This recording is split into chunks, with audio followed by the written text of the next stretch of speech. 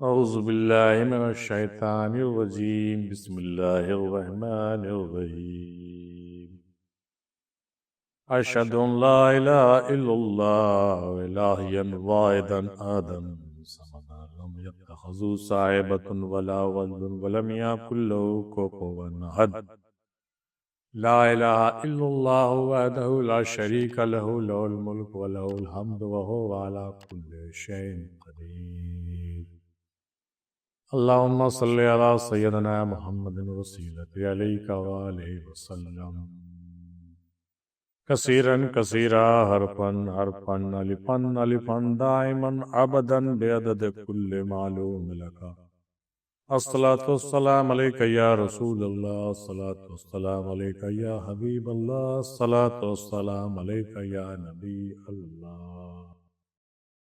مرکز افضلیہ کے تمام سامعین حضرات السلام علیکم ورحمۃ اللہ وبرکاتہ۔ آئیے آج آن لائن ڈسکشن کے سیریز میں تجزیہ نامہ کی صورت میں آج حضرت اسرائیل علیہ السلام کے موضوع پر گفتگو کرتے ہیں، اور آج تبصراتی جائزہ لیتے ہیں 10 اکتوبر سے 30 اکتوبر تک ڈسکشن پینل میں ڈسکس ہونے کے بعد ان سوالات پر جو جوابات موصول ہوئے ہیں۔ سوال تھا کہ حضرت اسرائیل علیہ السلام کی حقیقت کیا ہے، روح قبض کرنے کا عمل کیسے ہوتا ہے، کیا اسرائیل ایک وقت میں ہزاروں روحیں قبض کر سکتے ہیں، مومن اور کافر کو روح قبض کرنے میں کیا فرق ہوتا ہے، اور کیا اسرائیل کو بھی موت کا ذائقہ چکھنا ہے۔ ان 5 سوالاتوں کے جواب جو ہے توجہ کے ساتھ سماعت فرمائیے اور اپنے علم و عمل میں اضافہ کیجیے۔ بسم اللہ کیا جاتا ہے۔ سب سے پہلے جناب رحمانی چشتی صاحب ان سوالوں کو جواب دیتے ہوئے فرماتے ہیں کہ حضرت اسرائیل علیہ السلام کی حقیقت کیا ہے۔ حضرت اسرائیل علیہ السلام جنہیں ملک الموت کہا جاتا ہے، اللہ تعالیٰ کے مقرب فرشتوں میں سے ہیں، جنہیں روحوں کو قبض کرنے کا عظیم فریضہ سونپا گیا ہے۔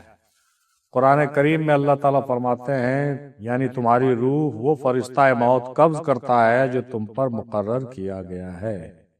سورہ سجدہ 11 نمبر کی آیت میں درج ہے کہ تمہاری روح وہ فرشتہ قبض کرتا ہے موت کا جو تم پر مقرر ہے، یعنی تمہاری روح کو قبض کرنے والا فرشتہ مقرر ہے۔ حضرت اسرائیل نوری مخلوق ہیں، یعنی نور سے پیدا کیے گئے ہیں، مادی نہیں ہیں۔ وہ ہر روح کی حقیقت کو پہچانتے ہیں، اور مومن کی روح رحمت سے جبکہ کافر کی روح قہر سے قبض کرتے ہیں۔ لفظ اسرائیل عبرانی زبان کا ہے جس کا معنی ہے عبداللہ یا اللہ کا مددگار، یعنی وہ بندہ جو اللہ کے حکم پر ہر روح کو اس کی اصل کی طرف لوٹا دیتا ہے۔ یہ سمجھنا انتہائی ضروری ہے کہ اسرائیل علیہ السلام خود کوئی فیصلہ نہیں کرتے اور نہ ہی موت ان کے اختیار میں ہے، وہ مکمل طور پر امر الہی کے تابع ہیں۔ قرآن میں ہے یعنی اللہ ہی روحوں کو قبض فرماتا، سورہ زمر کی آیت نمبر 42 میں۔ اہل معرفت کے نزدیک 4 عظیم فرشتوں کی مختلف ذمہ داریاں ہیں۔ جبرائیل علیہ السلام امر وحی کے مظہر ہیں، میکائیل علیہ السلام امر رزق کے، اسرافیل علیہ السلام امر حیات کے، اور اسرائیل علیہ السلام امر موت اور رجوع اللہ کے۔ یعنی اہل معرفت کے نزدیک جو 4 فرشتے ہیں ڈیوٹی پر، ان کی 4 ذمہ داریاں ہیں۔ جبرائیل علیہ السلام کا جو ڈیوٹی ہے وہ وحی سے تعلق رکھتا ہے، انبیاء پر وحی لانا اور وحی کا معاملات سب انہی کے سپرد ہوتی ہے۔ اور میکائیل علیہ السلام رزق پر فائز ہیں، یعنی دنیا میں لوگوں کو رزق مہیا کراتے ہیں، اور اسرافیل علیہ السلام امر حیات کے، یعنی ان کا تعلق زندگی سے ہے، اور آخر میں ان کو سور پھونکنے کا حکم بھی ہے، اور وہ سور پھونکیں گے، اس کے بعد قیامت قائم ہوگی، پھر دوبارہ سور پھونکیں گے تو قیامت کے بعد لوگ پھر سے کھڑے ہوں گے۔ اور اسرائیل علیہ السلام امر موت اور رجوع اللہ کے لیے، یعنی ان کا ڈیوٹی جو ہے روح کو قبض کرنا، اور ان کا تعلق موت سے ہے۔ تو تمام چاروں فرشتوں کی الگ الگ ذمہ داریاں ہیں. یعنی مطلب یہ ہوا کہ پس حضرت اسرائیل علیہ السلام حقیقت موت نہیں بلکہ باب رجوع اللہ ہے. وہ ذریعہ ہے جس سے بندہ دنیا سے نکل کر اپنے رب کی بارگاہ میں حاضر ہوتا ہے. موت ان کے ہاتھ میں ایک امانت ہے، اختیار نہیں، اور وہ رحمت و قہر دونوں کے مظہر ہیں. مطلب یہ ہوا کہ وہ جو ہے بندوں کو دنیا سے نکال کر رب کے بارگاہ میں لے جاتے ہیں موت کے ذریعے سے. یہ ان کے ہاتھ کی امانت ہے. اب اگلا جو سوال ہے وہ ہے کہ روح قبض کرنے کا عمل کیسے ہوتا ہے. تو جب کسی انسان کی موت کا وقت آتا ہے تو سب سے پہلے اللہ تعالیٰ کا حکم نازل ہوتا ہے کہ فلاں بندے کی روح قبض کرو. اس وقت حضرت جبرائیل علیہ السلام کے ہاتھ میں نامہ اجل ظاہر ہوتا ہے، جس میں اس شخص کا نام، جگہ اور وقت موت یعنی وقت موت وغیرہ درج ہوتا ہے. مومن کی روح قبض کرنے کا طریقہ نہایت پرسکون اور رحمت بھرا ہوتا ہے. حضرت اسرائیل علیہ السلام نرم اور پرامن صورت میں آتے ہیں. ان کے چہرے پر نور، مہربانی اور سلامتی ہوتی ہے. مومن کی روح بدن سے ایسے نکلتی ہے جیسے پانی جو ہے جس طرح سے مشق سے بہہ جاتا ہے، مشکیجہ سے بہہ جاتا ہے، اسی طریقے سے مومن کی روح جو ہے بدن سے ایسے ہی نکلتی ہے آسانی کے ساتھ، یعنی بغیر کسی تکلیف کے. قرآن کریم میں اللہ تعالیٰ فرماتے ہیں یا ایھا النفس المطمئنہ ارجعی الی ربک راضیۃ مرضیۃ، یعنی اے مطمئن روح اپنے رب کے طرف لوٹ چل راضی اور پسندیدہ ہو کر. سورہ فجر کی آیت 27-28 میں ہے. اس کے برعکس کافر یا نافرمان کی روح کے لیے یہ عمل انتہائی تکلیف دہ ہوتا ہے. حضرت اسرائیل علیہ السلام سخت اور ہیبت ناک صورت میں ظاہر ہوتے ہیں اور روح جسم سے ایسے نکالی جاتی ہے جیسے کانٹوں میں الجھی ہوئی روئی کو کھینچا جائے.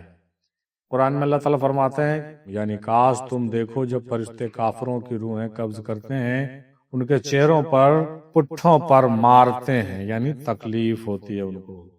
سورہ الانفال کی آیت نمبر 50 میں یہ بات درج ہے، جس سے یہ واضح ہوتا ہے کہ کافروں کی روحیں جب قبض کی جاتی ہیں تو یقیناً ان کو پریشانی ہوتی ہے. اس پورے عمل میں حضرت اسرائیل علیہ السلام کے ساتھ ہزاروں معاون فرشتے ہوتے ہیں جو مختلف مقامات پر مدد کرتے ہیں، لیکن روح قبض کرنے کا آخری لمحہ اور آخری لمس حضرت اسرائیل علیہ السلام کے ذریعے ہی مکمل ہوتا ہے. یہ سمجھنا ضروری ہے کہ روح قبض کرنا محض موت نہیں بلکہ روح کا ایک جہان سے دوسری جہان میں انتقال ہے. جسم فنا ہو جاتا ہے مگر روح باقی رہتی ہے اور اپنا سفر عالم برزخ کی طرف شروع کر دیتی ہے.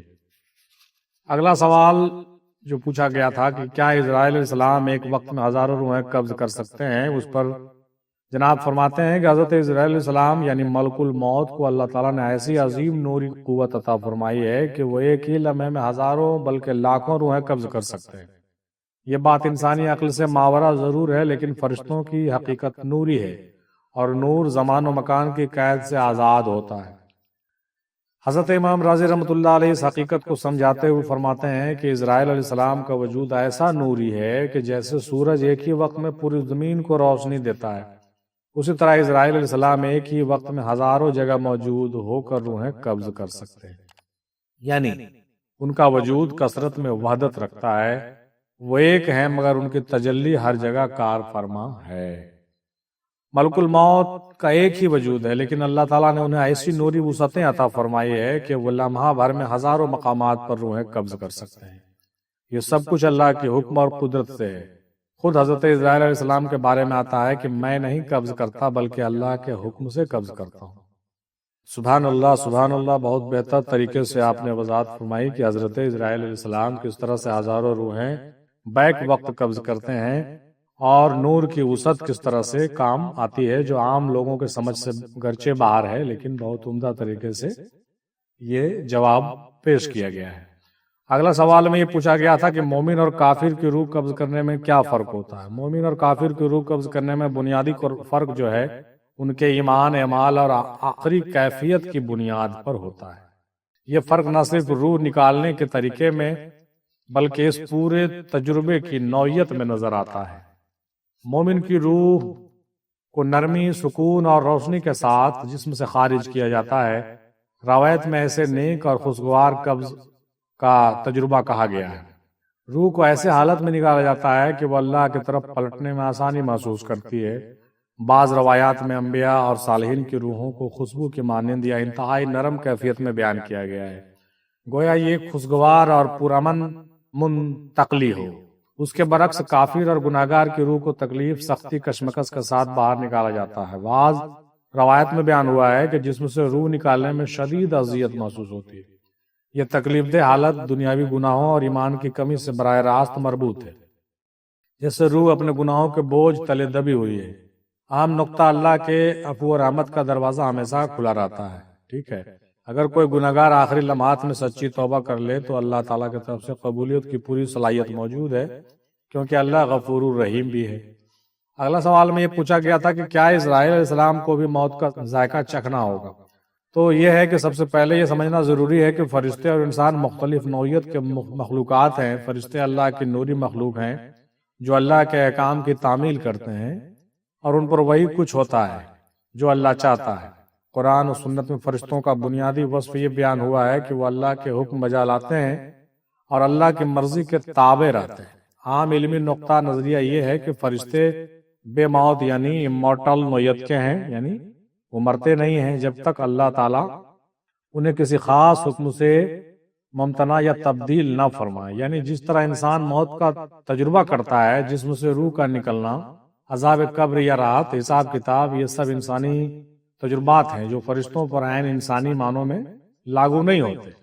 ایک محتاط اور تحقیقی بیان یہ ہے کہ چونکہ موت ایک الہی حکم سے پیدا ہونے والا واقعہ ہے اور حضرت اسرائیل علیہ السلام کا کام ہی موت لانا ہے، تو یہ عقلاً بعید نظر آتا ہے کہ وہی مخلوق خود انسانی انداز میں موت کا تجربہ کرے، یعنی مرے۔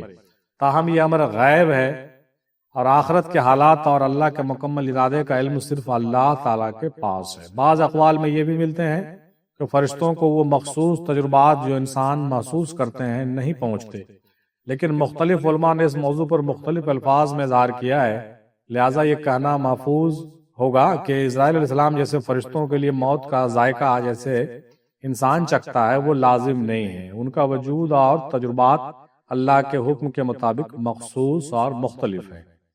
بہت عمدہ طریقے سے جوابات پیش کیے جا رہے ہیں۔ بہت ہی غور سے ان نقطے کو ملاحظہ فرمائیے اور حضرت اسرائیل علیہ السلام کے معاملات اور موت کے ذائقے سے تعلق رکھنے والی باتوں کو سمجھنے کی کوشش کرنی چاہیے۔ ہم تمام لوگوں کا یہ حق ہے اور یہ بہت بہتر ہے سمجھنا کہ ہم ان چیزوں کو سمجھیں، اور یہ بالکل صحیح فرما رہے ہیں کہ فرشتوں کے لیے موت نہیں ہے۔ البتہ قیامت کے دن اگر فرشتے کو اللہ تعالیٰ چاہے کہ اس کو بھی مار دے یا فرشتے مر جائیں تو ممکن ہے کہ قیامت میں وہ مر سکتا ہے اگر وہ مارنا چاہے تو، لیکن ظاہری طور سے انسان کے طرح فرشتوں کی موت نہیں ہے۔ آگے بڑھتے ہوئے اگلے اسکالر کی طرف چلتے ہیں۔ جناب عمران حسین صاحب کہتے ہیں کہ حضرت اسرائیل علیہ السلام کو محض روح قبض کرنے والے فرشتے کے طور پر نہیں دیکھا جا سکتا، بلکہ وہ اللہ کی ایک تجلی ہے جو حیات اور موت کے ذریعے انسان کو ایک نئی منزل میں داخل کرتے ہیں، انسان کو ایک نئی منزل میں داخل کرتے ہیں۔ جب انسان اپنے شیخ کے بتائے ہوئے ذکر کے ذریعے اپنی روحانی منزل طے کرتا ہے تو حضرت اسرائیل علیہ السلام اس کے مددگار ہوتے ہیں، اور ہر انسان کے اندر حضرت اسرائیل علیہ السلام کا ایک روحانی پہلو موجود ہوتا ہے۔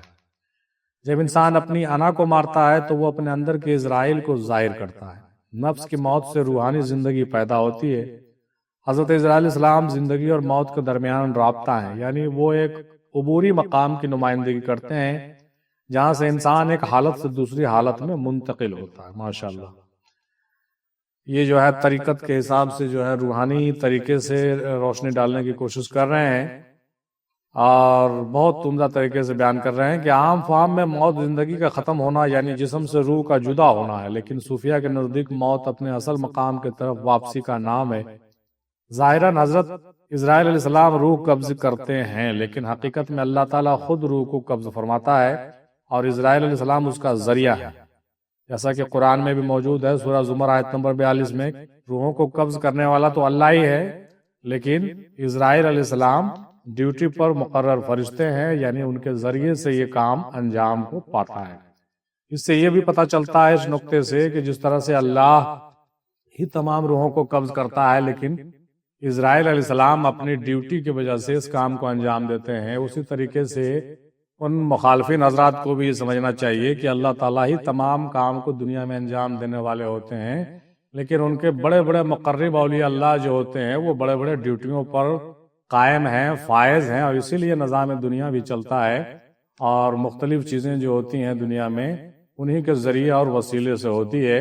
اس آیت میں ان مخالفین اور ان جو بدعقیدے لوگ ہوتے ہیں ان کا جواب بھی پوشیدہ ہے اگر غور کریں تو، ماشاءاللہ۔ اب آگے دیکھتے ہیں کہ روح درجہ بدرجہ کھینچی جاتی ہے، یہ ایک مرحلہ وار عمل ہے۔ اولیاء اللہ کی روح کے بارے میں سب سے پہلے سمجھیں کہ جب ان کی روح نکلتی ہے تو وہ مسحور و مسرور ہو جاتے ہیں، چہرے پر مستی اور خوشی چھا جاتی ہے۔ اولیاء اللہ کی روح جب نکلتی ہے تو وہ کیا ہوتی ہے؟ مسحور و مسرور ہوتی ہے اور چہرے پر مستی اور خوشی کا اظہار پایا جاتا ہے۔ یہ اولیاء اللہ کی باتیں ہو رہی ہے۔ اب کیونکہ وہ اپنے حقیقی محبوب اللہ کی طرف پلٹ رہے ہوتے ہیں، جیسے دودھ میں سے بال نکال جائے، دودھ میں سے بال نکالا جائے، نہ درد ہو نہ تکلیف ہو، ہے نا؟ تو یہ چیزیں اللہ والوں کے لیے ہے۔ اہل دنیا کی روح کے بارے میں اگر ہم غور کریں تو جیسے کانٹوں میں الجھا ہوا کپڑا کھینچ کر نکالا جائے، کیونکہ ان کا دل دنیا کے خواہشات اور لذتوں میں اٹکا ہوا ہوتا ہے۔ دنیاوی معاملات سے جڑی روح جسم سے دشواری سے نکلتی ہے۔ سالک کی روح نکلتے وقت اسے دنیا کی کوئی پرواہ نہیں ہوتی، کیونکہ اس کے دل میں صرف یار کی یاد بسی ہوتی ہے۔ صوفیہ فرماتے ہیں کہ سالک تو جیتے جی فنا فی اللہ ہو جاتا ہے، اپنی روح کو پہلے ہی اپنے محبوب میں فنا کر دیتا ہے۔ لہذا صوفیہ کو، اللہ والوں کو روح نکلنے میں کوئی زیادہ مشقت اور تکلیف نہیں ہوتی، بلکہ بہت ہی سہولت کے ساتھ نکلتی ہے، اور ٹھیک اسی طرح سے نکلتی ہے جس طرح سے بچہ دودھ پیتے پیتے اپنے ماں کے پستان سے منہ نکال لیتا ہے، یعنی ماں کھینچ لیتی ہے، اسی طریقے سے بہت سہولت سے نکل جاتا ہے۔ اس کے بارے میں مختلف احادیث بھی موجود ہے اور بزرگوں کے روایات بھی موجود ہیں۔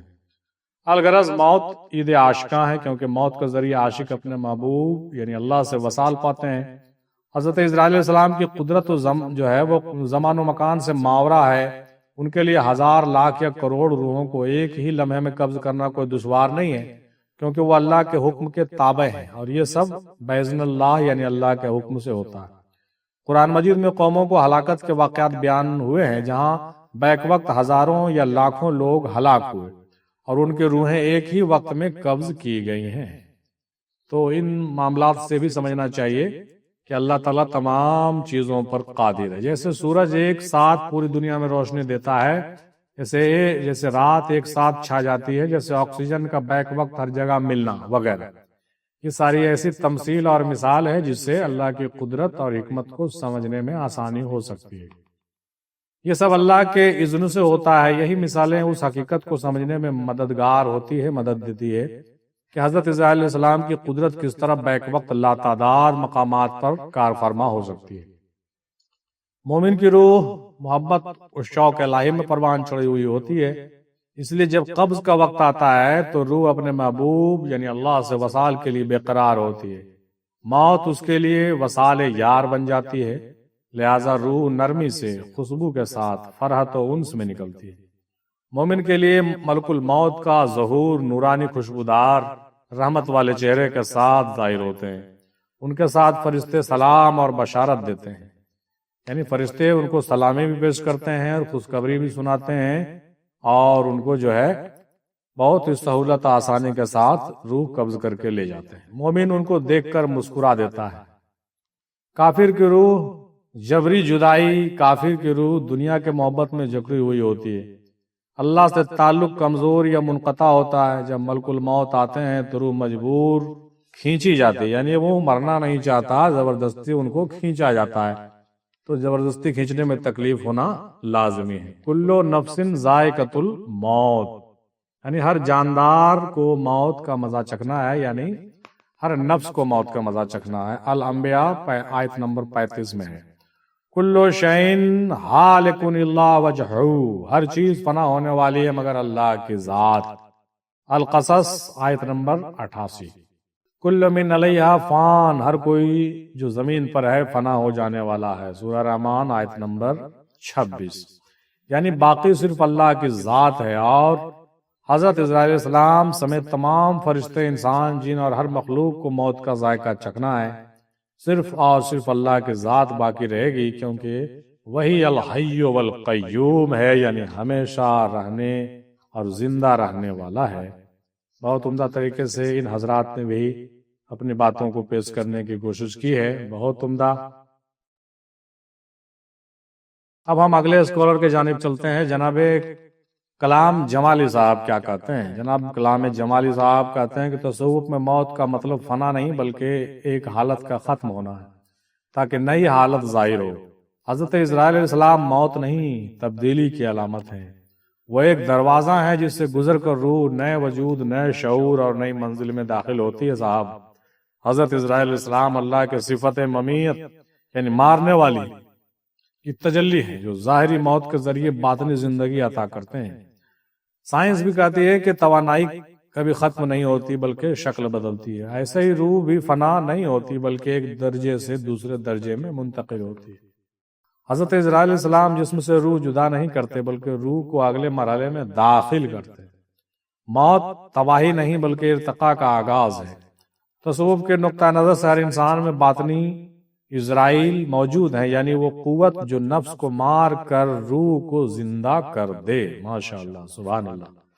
یہ بھی بہت عمدہ بات بیان کر رہے ہیں معرفت کے تعلق سے کہ تصوف کے نقطہ نظر سے ہر انسان میں باطنی اسرائیل موجود ہے، یعنی وہ قوت جو نفس کو مار کر روح کو زندہ کر دے۔ یعنی ہمارے اندر بھی جس طرح سے تمام اللہ، رسول، فرشتے سب کچھ ہیں اور جبرائیل بھی ہے جس کا تذکرہ ہم نے پہلے کی ویڈیوز میں کیا ہے، اسی طریقے سے ہمارے ہی وجود میں اسرائیل بھی ہیں، یعنی وہ قوت کار فرما ہے جو ہمارے نفس کو مار کر کے روح سے متصل کر دیتی ہے یا روح کو زندہ کر دیتی ہے۔ ماشاءاللہ، سبحان اللہ، بہت ہی نقطے کی بات ہے۔ جب سالک ذکر اور ریاضت کے ذریعے اپنی انا یعنی ایگو کو ختم کرتا ہے تو دراصل اپنے اندر کے اسرائیل کو بیدار کرتا ہے۔ مرشد کامل کے فیض سے سب سے پہلے تزکیہ نفس کیا جاتا ہے۔ موتو قبل انتا موتو، مرنے سے پہلے مر جاؤ، یعنی اپنے نفس کو فنا کر کے روح کی حیات حاصل کرنا، یہی باطنی موت ہے جو فنا فی اللہ کہلاتی ہے۔ اور اس فنا کے دروازے پر حضرت اسرائیل علیہ السلام کا نور جلوہ گر ہے، یعنی مطلب صاف ہے کہ جو سالک فنا کی راہ سے گزرے گا وہ حضرت اسرائیل علیہ السلام کے تجلی سے، اسرائیل علیہ السلام کے نور کی تجلی سے مشرف ہوگا ہی۔ اس میں کوئی شک کی بات نہیں ہے کہ بنا اسرائیل کے سامنے سے گزرے ہوئے کوئی آدمی موت کا مزہ نہیں چکھ سکتا، موت سے پہلے مر نہیں سکتا، یعنی فنا نہیں ہو سکتا۔ جب سالک ذکر، مراقبہ اور ریاضت میں آگے بڑھتا ہے تو اس میں نئی روحانی تجلی ظاہر ہوتی ہے۔ یہ روحانی موت اور نئی زندگی کا عمل ہے اور اس پر حضرت اسرائیل علیہ السلام رہبر اور مددگار بنتے ہیں۔ بے شک اسرائیل علیہ السلام فنا اور بقا کے نشانی کے حوالے سے دیکھیے کہ حضرت اسرائیل علیہ السلام فنا سے بقا تک کے سفر کے نگہبان ہیں۔ عارفین کے نزدیک حضرت اسرائیل علیہ السلام روح کو نہیں لیتے بلکہ لوٹاتے ہیں، یعنی روح کو اس کے اصل وطن کے طرف لے جاتے ہیں۔ روح کا سفر موت سے شروع نہیں ہوتا بلکہ وصال کی طرف بڑھتا ہے، یہی رجوع الی اللہ کا مفہوم ہے۔ جب سالک سمجھ لیتا ہے کہ موت تباہی نہیں بلکہ ٹرانسفارمیشن یعنی تبدیلی ہے، ایک مقام سے دوسرے مقام پر منتقلی ہے، تو وہ فنا سے بقا کا راستہ اختیار کرتا ہے۔ جو اپنے نفس کو مار کر اپنے رب سے جڑ جاتا ہے وہ فنا سے بقا کا راستہ پاتا ہے۔ اس لیے حضرت اسرائیل علیہ السلام فنا اور بقا اور تبدیلی کے تجلی ہیں۔ موت کو فنا نہیں وصال سمجھنا ہے اور روح کا قبض ہونا روح کی ارتقاء ہے، یہ سمجھنا چاہیے۔ جس نے خود کو مار لیا وہی حقیقت میں زندگی کا راز جانتا ہے، اور جو موت سے ڈرتا ہے وہ وصال نہیں سمجھا۔ سالک کے لیے موت کیا ہے؟ در وصال ہے۔ موت اللہ کا فعل یعنی صفت مومیت ہے اور حضرت اسرائیل علیہ السلام اس کے مظہر ہیں۔ سورج ایک ہی ہے لیکن ہر جگہ مختلف کیفیات سے ظاہر ہوتا ہے۔ سردیوں میں ہمارے یہاں ٹھنڈا، آسٹریلیا میں گرم، یہ جلال اور جمال کا فرق ہے صاحب۔ اسی طرح حضرت اسرائیل علیہ السلام گناہگاروں کے لیے سختی اور نیکیوں کے لیے نرمی ہے، یعنی گناہگاروں کے لیے وہ جلال بن کر سامنے آتے ہیں، سختی کے ساتھ پیش آتے ہیں، اور نیکیوں کے لیے جمال کا مظاہرہ فرماتے ہیں اور نرمی سے روح کو قبض کرتے ہیں۔ ایک ہی وقت میں لاکھوں مقامات پر مختلف کیفیتوں کے ساتھ حضرت عزرا علیہ السلام کا وجود نوری ہے جو امر الہی سے قائم ہے اور ہر فعل اللہ کی تجلی سے انجام پاتا ہے۔ ہم عالم خلق میں زمان و مکان کی قید میں ہیں اور فرشتے عالم امر میں ماورائے زمان و مکان ہیں، اس بات کو بھی سمجھنا چاہیے۔ سورہ القمر آیت نمبر 50 میں اللہ تعالیٰ فرماتے ہیں ہمارا حکم تو یک بارگی ایسا ہوتا ہے جیسے آنکھ کا جھپکنا۔ حضرت عزرا علیہ السلام اسی امر کے مظہر ہیں، لہٰذا ان کے لیے لاکھوں روحیں ایک لمحے میں قبض کرنا کوئی مشکل کام نہیں ہے۔ ماشاء اللہ، سبحان اللہ، الحمدللہ، مختلف قرآن اور احادیث کی روشنی میں ہم تمام لوگوں نے جو ہے ان سوالاتوں کے جوابات ملاحظہ فرمایا، اور مختلف حضرات بالخصوص جناب صوفی کلام جمالی صاحب قبلہ مدظ اللہ العالی کی باتیں بہت ہی وضاحتوں کے ساتھ ابھی آپ سماعت فرما رہے تھے، جنہوں نے بہت ہی عمدہ طریقے سے ان 5 سوالوں کے جوابات پیش فرمائے، اور اس کے قبل بھی آپ جو باتیں ارشاد ہوئی تھی وہ سن رہے تھے۔ جناب محترم صوفی عمران حسین صاحب قبلہ مدظ اللہ العالی کی، انہوں نے بھی ان سوالوں کے جوابات بہت ہی تفصیل سے اور طریقت کے حوالے سے اور معرفت کے حوالے سے پیش کرنے کی کوشش کر رہے تھے، ماشاءاللہ بہت عمدہ۔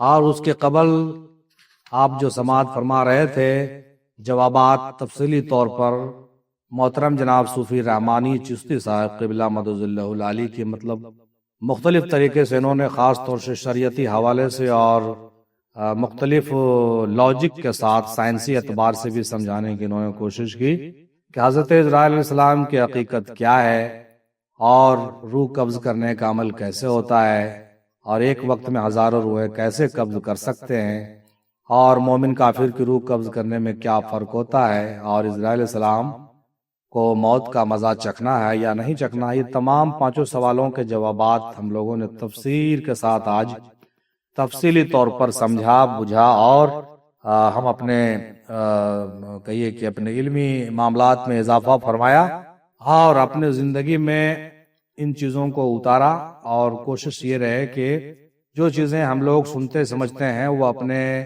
خانقاہوں کے مختلف پیر بھائیوں کو اور اس راہ میں چلنے والے سالکوں کو بھی یہ پیغام پہنچائے، تاکہ وہ بھی ان سوالوں کو سمجھ سکیں، اور جس طرح سے جبرائیل کی حقیقت کو ہم لوگوں نے سمجھا اسی طریقے سے اسرائیل کی حقیقت کو بھی سمجھیں، اور اسرائیل کو ہم باہر بھی سمجھیں اور اندر بھی سمجھیں، اور موت سے پہلے مرنے کا جو عمل ہے صوفیہ کے ہاں اس کو انجام دیں، تاکہ مرتے وقت ہم لوگوں کو کسی طرح کی کوئی دشواری نہیں ہو، اور اسرائیل علیہ السلام بہت نرمی کے ساتھ ہماری روحیں اس دنیا فانی سے نکال کر اس دنیا باقی میں منتقل کر دیں، اور ہم ہمیشہ کے لیے شادمان و کامران ہوں۔ یہی نیک خواہشات اور یہی نیک سوچ کے ساتھ آج کے اس تجزیہ نامے کو ہم آج بند کرتے ہیں، اور بہت ہی عمدہ طریقے سے یہ باتیں آج بھی واضح ہو گئی ہیں۔ انشاءاللہ پھر اگلے موضوع میں اگلے مہینے کے ٹاپک پر پھر ہم جرا کرتے ہوئے نہایت ہی تفصیل و تفسیر کے ساتھ تجزیہ نامہ پیش کریں گے آن لائن ڈسکشن کا۔ ہم تمام اپنے پینلسٹ سے یہ درخواست کرتے ہیں کہ آپ بھی ہمارے آن لائن پینل کے ڈسکشن میں شامل ہوئیے، اور اپنے قیمتی تحریر اور اپنی قیمتی تجربات اور اپنے مطالعات کو جو ہے تحریری و تقریری صورت میں بیان کر کے مرکز افضلیہ کو فیض یاب کیجیے، تاکہ مرکز افضلیہ دنیا بھر کے تمام سامعین کو اور تمام طالبین کو بھی سیراب کر سکے، اور اس کو جو ہے اللہ رسول کے سچے پیغام سے، اولیاء اللہ کے پیغام سے جوڑ سکے، اور سب کے لیے بھلائی کا کام ہو سکے، اور آپ لوگ بھی تمام لوگ اس مشن میں حصہ بنے اور صدقہ جاریہ کا حقدار بنے انشاءاللہ تعالی۔ خدا حافظ، فی امان اللہ تعالی، وما علینا الا البلاغ، وآخر دعوانا الحمدللہ رب العالمین، برحمتک یا ارحم الراحمین، حق لا الہ الا اللہ محمد رسول اللہ صلی اللہ تعالی علیہ وسلم۔